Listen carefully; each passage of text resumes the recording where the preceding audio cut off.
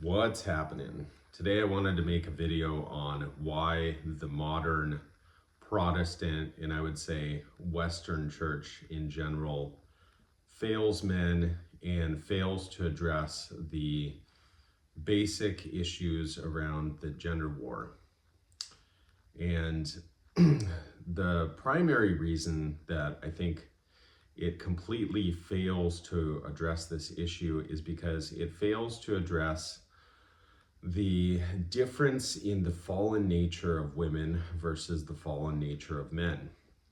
Most of the time, if you go to a Protestant church, you'll hear a sermon, and if they do talk about sin, they will generally talk about sin in either a vague way or in a way that addresses it toward the fallen nature of men. Rarely have I ever been to a church and have heard a sermon that addresses the specific fallen nature of women and how it pertains to them. We can even begin with the simplest example, starting in Genesis 1, even in the verse where it says that your desire will be for him, when God is speaking to Eve, your desire will be for him, can also be understood as your desire will be to control him. And then he goes on to say, but he will rule over you. So right off the bat, that sets up the dynamic that is to be the ongoing gender war. And we see a continuation of that in the modern day. The problem with the modern day is that that aspect of it is never addressed. And I have never heard a sermon or a pastor address the issue of a woman wanting to control the man in the relationship. Now, the way that this plays out is obviously in a number of different ways, but I can give you one example that I'm sure probably most marriages, if not all, face this problem, but it's one that has to do with money. Typically, the woman and the man have different ideas on how money should be spent, where it should be spent, how much of it should be spent, and where it is coming from when it is being spent. And now I know personally I have faced this problem multiple times, and I'm sure that the majority of people have also faced this problem. And I think this would be a very easy problem to address, in the sense that we can see that the fallen nature of women directly makes them more, I would say, it makes them more of a target for, number one, marketing and deception. And this is also something that is never addressed, but women are more easily deceived. And that is not a controversial statement. That is a fact. That is why most of the advertisements are directed toward women. That's why most of the purchases are made by women. And so this is not some crazy controversial thing. This is how ad agency, how marketing campaigns are structured. They're structured more for a female audience. And this is obvious. And women also deceive more and can be deceived. And this is something that is just a basic fact of human nature. Just the way that men are more susceptible to lust and to be enticed by images, by sex. That's not a controversial fact. Everybody knows it to be true, and yet it's not ever addressed in a straightforward manner. I've never heard anyone speak about this in a straightforward manner. It's always sugar-coated and or talked around and talked about with softer language. Also, a huge issue that faces the gender war and the relationship gap is that the church, on one hand, acknowledges that the man is to be the head of the household, but it is, I would say, it is you assume all the responsibility with none of the authority. The authority is shared, but you carry the responsibility. That's how it is portrayed most of the time. That's how it's represented, and it's represented in sort of this servant leadership type of language, where yes, you're a leader, but because you're a leader, you're always supposed to serve, and therefore kind of do, the will of your wife. Now, obviously, this is problematic on a number of different levels. And I'm not saying that you should not serve your spouse, your wife, but there is no such thing as responsibility without authority. You can't have one without the other.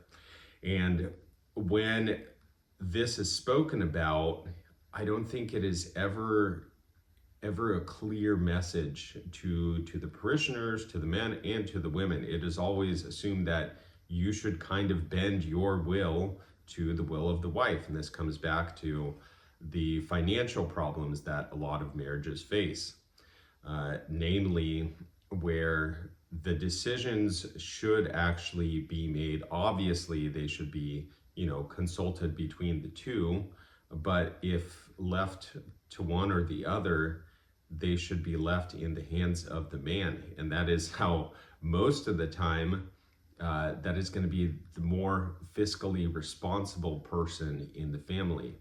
Now, of course, there might be people that are going to, pull out all kinds of exceptions. Okay, I understand that there can be exceptions to everything. I'm saying generally, as a rule of thumb, the man as a provider, as maybe the sole or the primary provider, he is going to have the bulk of the stress, and he is going to have the bulk of the responsibility financially on his shoulders. And therefore, when he sees purchases that don't align with or don't enable the family to make necessary bill payments, and he sees funds being used extraneously on, superfluous things, obviously that's going to cause a lot of issues. And there has to be grounds for having some sort of authority, which the modern church just does not address at any level. The other thing that the modern church doesn't address is, and obviously this is kind of internet talk because no one talks, but the Bible clearly warns against being a simp, to put it bluntly, right off the bat. Like, that is the number one sin of Adam, right? He's scared to kind of offend his wife, and so he goes along with what she says. And right off the bat, that's how the whole thing starts.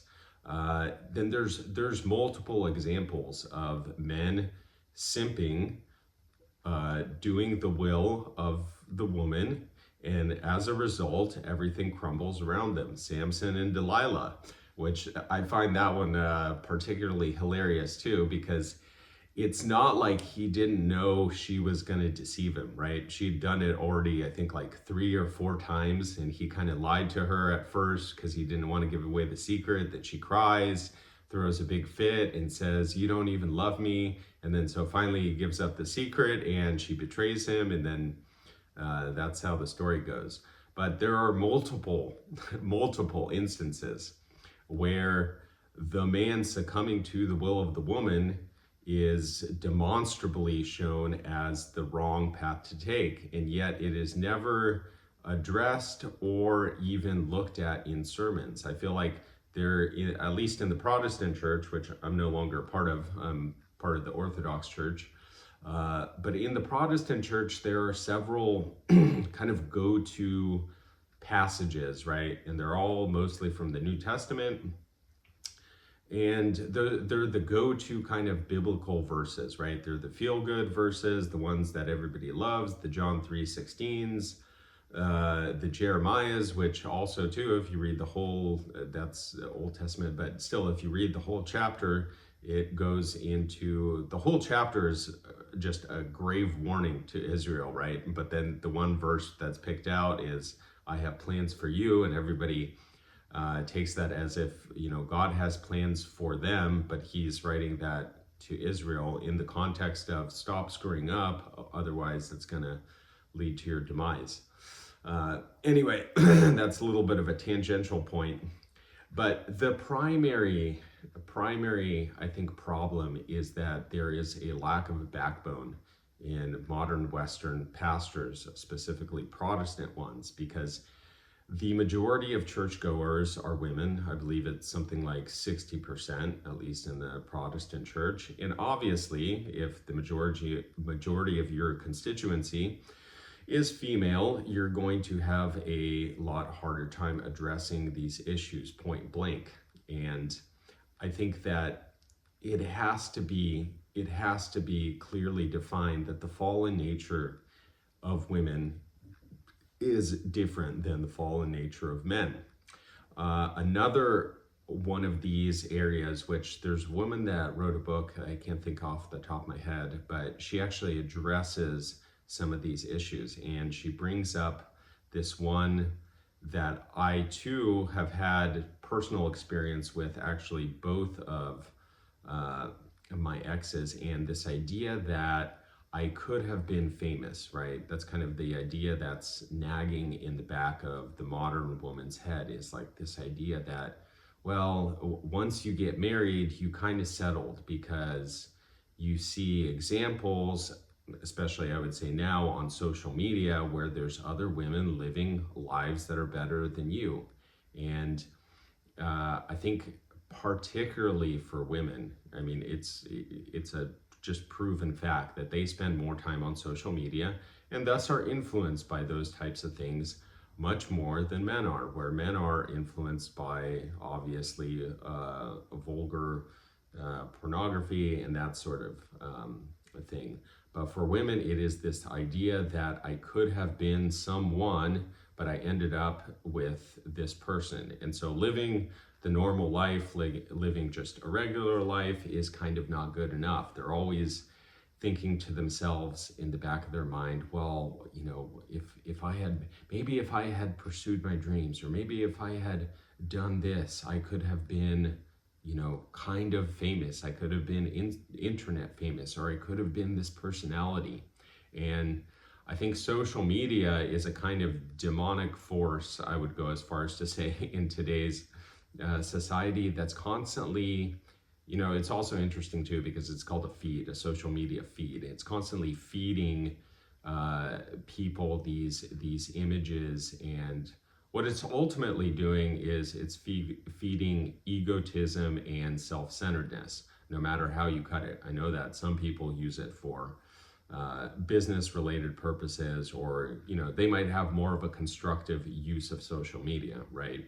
But still, ultimately, if you spend a lot of time on social media, you will be inevitably bombarded with images and personalities, pictures of people who are doing far better than you, and you will be enticed, you will envy those people.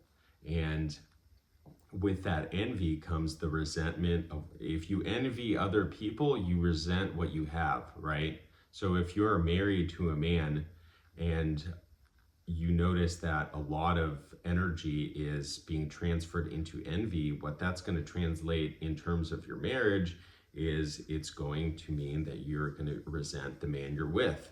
And again, this social phenomenon is never addressed in the church. It is kind of one of those things that, if social media is talked about, it is talked about in a vague way for both the genders, which is fine. But I think there is a place to address the specific temptations that come along for each gender, and I think it's not even worth stating the ones that men are susceptible to, because I think there's no problem with talking about those. It's the ones that specifically affect women that I've never heard addressed. Another huge one is manipulation. Manipulation is used by women because they lack the overt power, and so they use soft power, and especially they use this if they have the advantage of looks and can bargain with the bargaining chip of sex. So manipulation is specifically a female issue, and it is hardly ever addressed. The story of Jezebel and Ahab is, I think I've heard it talked about once, and it wasn't necessarily even framed in that kind of way. It wasn't framed as a story. Obviously, Ahab is a weak man, and thus he is manipulated. So he plays into that dynamic, but Jezebel is a manipulator, right? And so both of those parties have their own faults in that story. But again, these are things that are never brought up in the modern Western church. And I think it's almost indistinguishable from culture that the way that marriage is even spoken about in the church.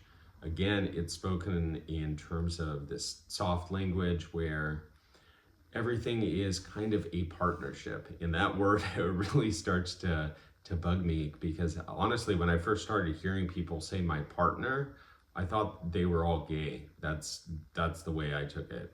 And then I started realizing, oh, people use that for anything now. And it's one of those things where the culture has seeped into the church. And so I hear the word partnership being used a lot more than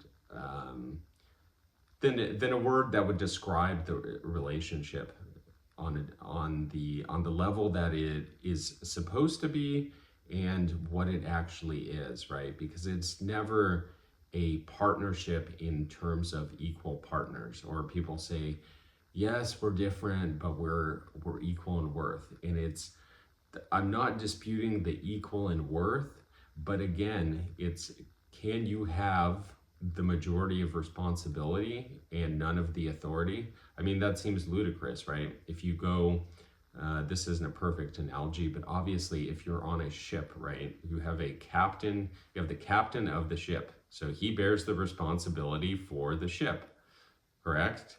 And so if he has the responsibility, he also has the authority to tell anyone from the crew, his first mate, what they should do on the ship. Obviously, if it's a good captain, he's going to consult the people on the ship. He'll listen to their opinions. But at the end of the day, it's going to come down to him to make the final decision, to be the authority, because he is the captain of the ship. And I think it's that clear in marriages. And this is just never pointed out to women at all. It is kind of brushed over. It's laden with soft language. And I think the majority, or the biggest reason that this is done, is because we still do live in a culture where you cannot say just flat out truths that people have known for hundreds and hundreds of years. You cannot say them point blank, because they are going to be offensive, they're going to be abrasive, and they're not going to follow the cultural protocol of smoothing out the rough edges of a message that should actually be very blunt and very clear. So with that, those are my thoughts for today. Let me know what you think.